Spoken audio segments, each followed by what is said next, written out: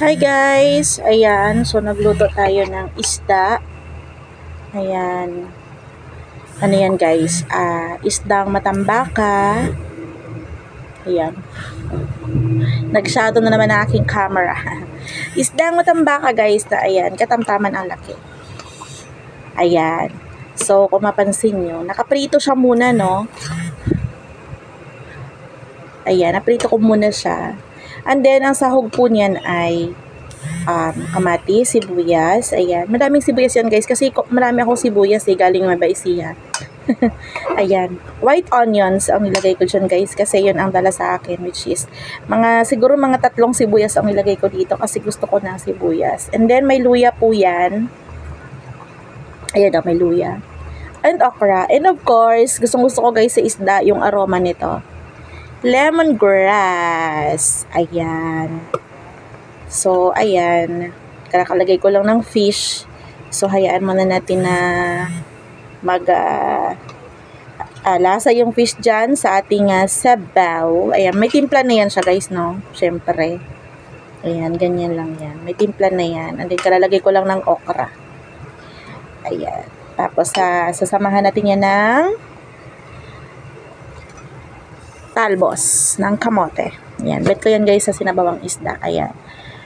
Ayan. Antayin natin ng konti. At ayan nga guys. Medyo ano na yung ating okra. At ayoko. Ayan guys. Madaming luya.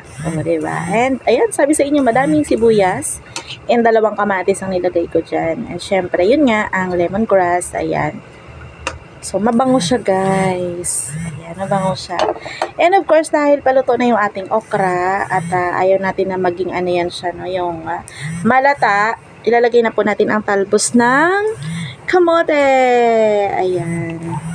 So, yung ulam po na to, guys, hanggang bukas na to. So, ngayon at saka bukas yan ang ulam ko. Kasi hindi yan mauubos talaga ngayon. Diba? Yan. Ano lang tayo magluto. Paminsan-minsan, pero madalas din, charot. Ayan.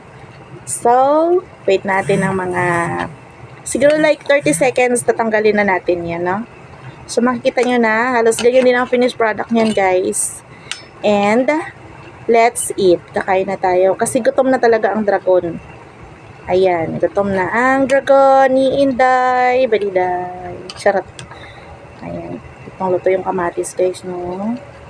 Ayan, pinipisa-pisa ko pa yung kamatis pag nakikita ako kasi para maglasa talaga siya.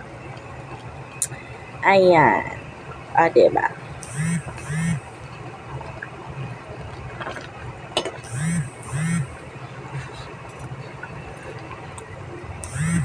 Sarap.